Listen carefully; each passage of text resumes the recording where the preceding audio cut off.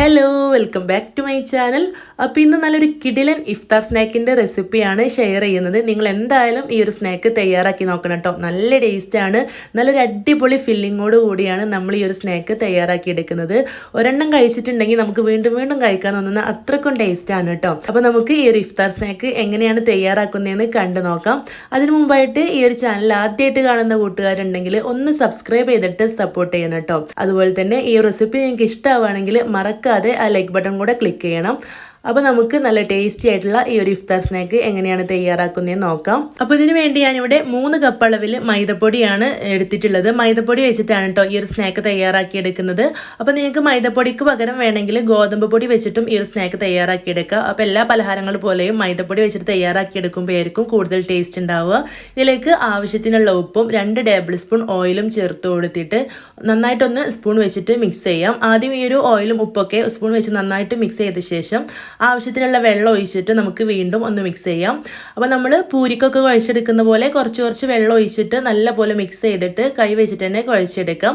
അപ്പോൾ ആദ്യം തന്നെ ഒരുപാട് വെള്ളം ഒഴിച്ചു കൊടുക്കരുത് കേട്ടോ. അപ്പോൾ വെള്ളം ഏറിയിട്ടുണ്ടെങ്കിൽ പിന്നെ പൊടിയൊക്കെ ഇട്ടെടുക്കേണ്ടി വരും. അപ്പോൾ കൈ വെച്ചിട്ട് നന്നായിട്ട് കുഴച്ച് മാവ് തയ്യാറാക്കി എടുത്തിട്ടുണ്ട്. നല്ല സോഫ്റ്റ് ആവുന്നത് വരെ ഇതുപോലെ കുഴച്ചെടുക്കണം കേട്ടോ.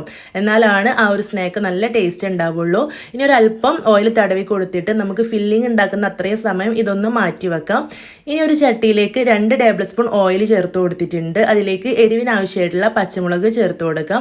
ഒരു 2 പച്ചമുളക് വട്ടത്തിൽ കട്ട് ചെയ്തതും 1 ടീസ്പൂൺ ഇഞ്ചി വെളുത്തുള്ളി പേസ്റ്റും കൂടെ ചേർത്തിട്ട് നന്നായിട്ടൊന്ന് മിക്സ് ചെയ്ത് മൂപ്പിച്ചെടുക്കുന്നുണ്ട്. ഇത് നന്നായിട്ട് പച്ചമുളകൊക്കെ ഒന്ന് മാറി വരുന്ന സമയത്ത് ഇതിലേക്ക് ചിക്കൻ ചേർത്ത് കൊടുക്കാം. ചെറിയ പീസായിട്ട് കട്ട് ചെയ്തെടുത്തിട്ടുള്ള എല്ലില്ലാത്ത ചിക്കനാണ്. 1/2 കിലോ ചിക്കൻ ഉണ്ടാവും. അതും കൂടെ ചേർത്ത് കൊടുത്ത് നന്നായിട്ടൊന്ന് മിക്സ് ചെയ്തെടുക്കാം. ഇനി ഇതിലേക്ക് ആവശ്യത്തിനുള്ള ഉപ്പ് ചേർത്ത് കൊടുത്തിട്ട് വീണ്ടും നന്നായിട്ടൊന്ന് മിക്സ് ചെയ്ത് വേവിച്ചെടുക്കാം. അപ്പോൾ ഇത് കുറച്ച് സമയം ഇടയ്ക്കിടെ മിക്സ് ചെയ്തിട്ട് വേവിച്ചെടുത്താൽ മതി. ഇത് അടച്ചൊന്നും വെക്കരുത്. ചിക്കനിൽ നിന്ന് കുറച്ച് വെള്ളമൊക്കെ ഇറങ്ങി വരും. അപ്പോൾ അടച്ചു വെക്കുമ്പോൾ കൂടുതൽ വെള്ളം വരും കേട്ടോ. അപ്പോൾ ഇതുപോലെ ഇതിൽ നിന്ന് ഇറങ്ങി വരുന്ന ആ ഒരു വെള്ളമൊക്കെ ഒന്ന് വറ്റി വേവിച്ചെടുക്കുന്നവരെ ഇതുപോലെ നന്നായിട്ടൊന്ന് മിക്സ് ചെയ്തെടുക്കാം.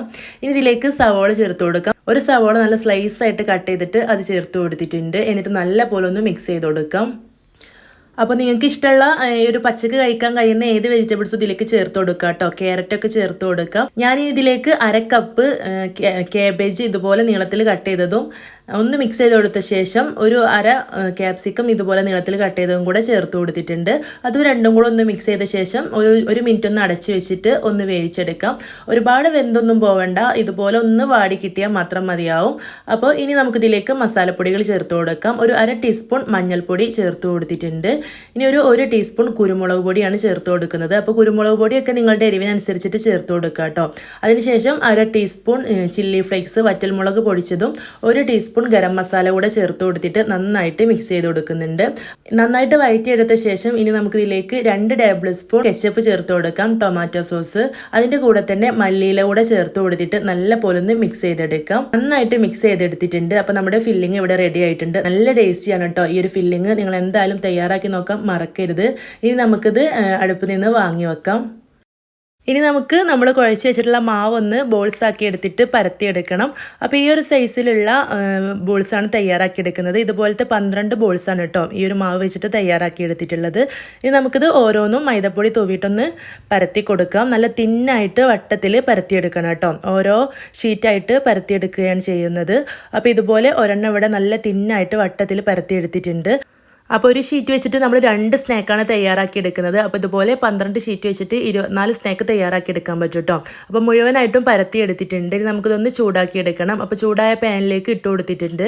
അപ്പോൾ ഒരു വശം ഒന്ന് ചൂടായി വരുമ്പോൾ ഒന്ന് തിരിച്ചിട്ട് കൊടുത്തിട്ട് ആ വശം കൂടെ ജസ്റ്റ് ഒന്ന് ചൂടാക്കി എടുത്താൽ മാത്രം മതി. വേവിച്ചെടുക്കൊന്നും വേണ്ട. ഇതുപോലെ ഒന്ന് തിരിച്ചിട്ടിട്ട് നമുക്കിത് വാങ്ങാം. ഇതുപോലെ മുഴുവനായിട്ടും ഒന്ന് ചൂടാക്കി എടുത്തിട്ടുണ്ട്. നമ്മൾ സമൂസ ഷീറ്റൊക്കെ ചൂടാക്കി എടുക്കുന്ന പോലെ ചെയ്താൽ മതി. ഇതിലേക്ക് വേണ്ടിയിട്ട് ഒരു മൈദപ്പശ തയ്യാറാക്കി എടുത്തിട്ടുണ്ട്. നമ്മൾ തയ്യാറാക്കി വെച്ചിട്ടുള്ള ഫില്ലിങ്ങും ഒരു ബൗളിലേക്ക് മാറ്റിയെടുത്തിട്ടുണ്ട്. ഇതിലേക്ക് വേണ്ടത് സേമിയാണ്. ഇതുപോലെ നല്ല തിന്നായിട്ടുള്ള സേമിയാണ് കേട്ടോ വാങ്ങിക്കേണ്ടത്. അതാണ് നല്ല ടേസ്റ്റ് ഉണ്ടാവുക.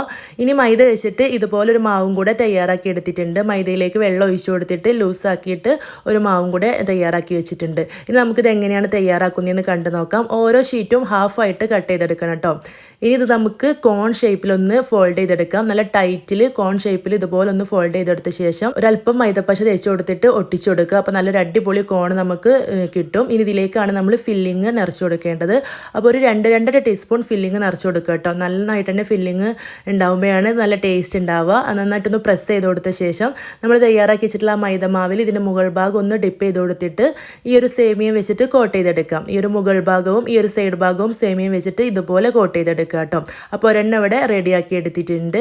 നല്ല ഈസിയാണ്. ഇതുപോലെ തന്നെ മുഴുവനായിട്ടും തയ്യാറാക്കി എടുക്കുക കേട്ടോ. അപ്പോൾ ഇവിടെ മുഴുവനായിട്ടും ഇതുപോലെ ഷേപ്പ് ചെയ്തെടുത്തിട്ടുണ്ട്. ഇനി നമുക്കിത് ചൂടായ ഓയിൽ ഇട്ട് കൊടുത്തിട്ടൊന്ന് ഫ്രൈ ചെയ്തെടുക്കാം. അപ്പോൾ നല്ല ചൂടായ എണ്ണയിലേക്ക് ഇട്ട് കൊടുത്തിട്ട് തിരിച്ചു മറിച്ചൊക്കെ ഇട്ട് നമ്മൾ സാധാരണ സ്നാക്കൊക്കെ തയ്യാറാക്കി എടുക്കുന്ന പോലെ തന്നെ ഫ്രൈ ചെയ്തെടുക്കാം. അപ്പോൾ ഇവിടെ 2 റെഡിയായി. ബാക്കിയുള്ളതെല്ലാം ഇതുപോലെ തന്നെ ഫ്രൈ ചെയ്തെടുത്തിട്ടുണ്ട്. അപ്പോൾ നമ്മുടെ അടിപൊളി ഇഫ്താർ സ്നാക്ക് ഇവിടെ റെഡി ആയിട്ടുണ്ട്. നിങ്ങൾക്ക് എന്തായാലും ഈ ഒരു സ്നാക്ക് ഇഷ്ടപ്പെടും.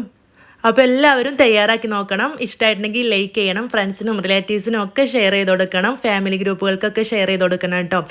അപ്പോൾ ഇനി ഇതുപോലുള്ള നല്ല നല്ല ഇഫ്താർ സ്നാക്കൊക്കെ ആയിട്ട് വീണ്ടും കാണാം. ചാനൽ സബ്സ്ക്രൈബ് ചെയ്യാതെ കാണുന്നവരുണ്ടെങ്കിൽ ഒന്ന് സബ്സ്ക്രൈബ് ചെയ്യണം കേട്ടോ. അടുത്ത വീഡിയോയിൽ കാണാം. താങ്ക്